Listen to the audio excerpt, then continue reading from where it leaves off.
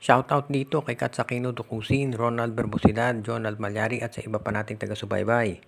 At ngayon sa balita natin, hindi na siguro magugulat ito si Jason David at si Ralph Koo kung sila ay matrade. Ang mga ito ay mga tinatawag na batang players ng Barangay Ginebra. Si Koo ay isang rookie at itong si David ilang conferences pa lamang naglalaro sa Ginebra. Actually, halos hindi nga naglalaro ito dahil hindi naman nabibigyan masyado ng playing time except sa PBA on tour kung saan nagpapakitang gilas naman ang mga nabanggit na players.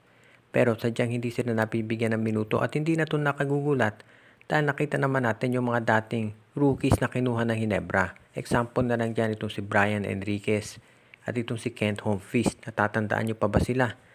Itong si Enriquez at si Humphries wala na yata sa PBA. O ito si Enriquez, ang huling balita ko nasa Terra Firma pero hindi pa sigurado kung nandun pa rin sa lineup. Samantala naman itong si, alam natin, Jeric Balanza nasa Converge na, si Arvin Tolentino ganda na nilalaro sa Northport at itong si Ken Salado nasa Northport din. So ibig sabihin hindi na nakapagtataka kung yung mga rookies ng Ginebra na kinukuha ay ite-trade din nila dahil talagang mukhang ang gusto ni Coach Tim Cone ay yung mga veterano. Ngayon kung sakasakali na matrade itong si Ralph Koo at itong si Jason David, hindi na nakagugulat kung sila ay mapunta doon sa ibang team na mabibigyan naman sila ng minuto. Nakita natin nangyari kay RP nung nakukuha ng minuto dito sa Northport, talagang lumabas yung laro at candidate na ngayon for Best Player of the Conference, pati na sa MVP.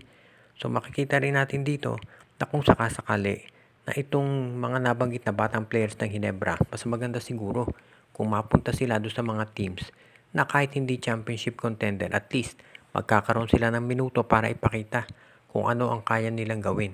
Dahil dito natin syempre makikita kung ano ba talaga ang kanilang tinatawag na skill set na napaka-importante sa ngayon. Ito nga bang si Gio Ambohot ay pinag-iinteresan ng San Miguel Beer? Si Ambohot ay isang stretch 4 center nitong Converge Fiber Xers na hindi naman masyadong nagagamit.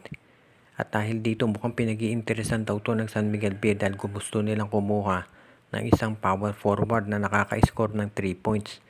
Kasi sa tingin ng San Miguel Beer para mahihirapan sila dito kay Troy Rosario, unang-una kailangan pa nilang intaying matapos itong Philippine Cup bago mag-expire ang kontrata nito at maging unrestricted free agent.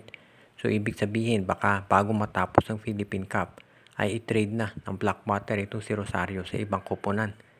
At posible rin na baka si Rosario mapunta sa MVP group o di kaya sa Magnolia. So nagpe-prepare ang San Miguel Beer sa posibilidad na hindi nila makukuha itong si Troy Rosario. Kaya sa tingin ko yan ang dahilan kung bakit si Gio Ambohot daw ang tinitignan ngayon ng management. Bata pa tong si Ambohot at dahil merong 3-point shooting makatutulong yan kay Junmar Fajardo at hindi magkakaroon ng conflict dahil hindi magiging parehong inside player katulad ng nangyayari kapag nandyan si Vic Manuel sa loob. So sa tingin ko yan ngayon ang gagawin nitong San Miguel Beer. Titignan kung makukuha nila si Ambohot. At dahil ito ay isang bench player nitong Converge, hindi naman magiging mataas yung kapalit nito. Kaya hindi magiging problema yung pakikipag-trade dito ng San Miguel Beer kung sakasakali.